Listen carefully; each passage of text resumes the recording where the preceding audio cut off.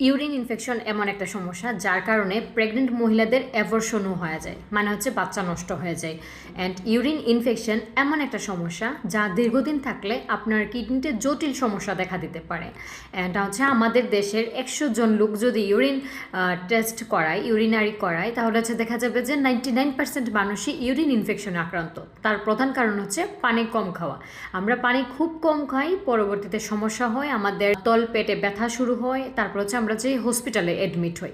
আমরা কিন্তু কিছু টুকটাক টিপস ফলো করলেই আমাদের এই সমস্যাটা আর হয় না। দীর্ঘদিন ইউরিন ইনফেকশনে ভুগতে থাকা মানুষের একটা সময় কিডনিতে জটিল সমস্যা দেখা দেয়, পরবর্তীতে কিডনি ড্যামেজও হয়ে যেতে পারে। আপনারা পারলে একটা ইউরিন আরি টেস্ট করে নেবেন, তাহলে আপনি কনফার্ম হয়ে যাবেন যে আপনার ইউরিন ইনফেকশন আছে কি না।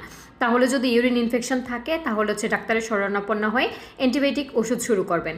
অবশ্যই কোনো ফার্মেসি বা কোনো নন ডাক্তার পার্সনের কথা মতো অ্যান্টিবায়োটিক খাবেন না, কারণ অ্যান্টিবায়োটিক কিন্তু মানুষভেদে ভিন্ন হয়, শরীরের উপর ডিপেন্ড করে কাকে কোন অ্যান্টিবায়োটিকটা দেওয়া উচিত। একজন প্রেগনেন্ট মহিলা এবং একজন হচ্ছে সাধারণ মহিলা বা পুরুষের অ্যান্টিবায়োটিক কিন্তু সেম হবে না। প্রেগনেন্সির জন্য কিছু সেফ অ্যান্টিবায়োটিক রয়েছে যেগুলো হচ্ছে আমরা প্রেগনেন্ট মহিলাদের হচ্ছে প্রেসক্রাইব করে থাকি। সেই জন্য চলুন আমরা হচ্ছে বেশি বেশি করে পানি খাই। একজন অ্যাডাল্টের মিনিমাম প্রত্যেক দিন 2.5 থেকে 3 লিটার পানি খাওয়া উচিত। আপনি এটাকে জুস খেতে পারেন বা ডাবের পানি খেতে পারেন, এগুলো খেলেও ইউরিন ইনফেকশন কমে যায়। অ্যান্ড আমি প্রত্যেকটা প্রেগনেন্ট মহিলাকে বলি যে আপনারা শুরুতে অবশ্যই 2.5 থেকে 3 লিটার পানি প্রত্যেক দিন খাবেন। এখনই হচ্ছে নিজের কিডনির যত্ন নিন, নিজের শরীরের যত্ন নিন।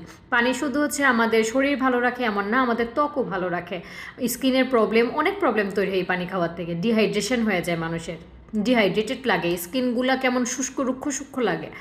সো চলুন আমরা প্রত্যেক দিন একদম হিসেব করে 2.5 থেকে 3 লিটার পানি খাই, অ্যান্ড হচ্ছে বেশি বেশি করে পানি খাই, অ্যান্ড নিজের যত্ন নেই। তাহলে হচ্ছে আমাদের এই ইউরিন ইনফেকশনের সমস্যাটা ইনশাল্লাহ চলে যাবে, কারণ আমি জানি অনেকেই এই রোগে ভুগছেন। তো চলুন সবাই বেশি বেশি করে পানি খাই, সুস্থ থাকি এবং সুন্দর জীবনযাপন করি। ভালো থাকবেন। আসসালামু আলাইকুম।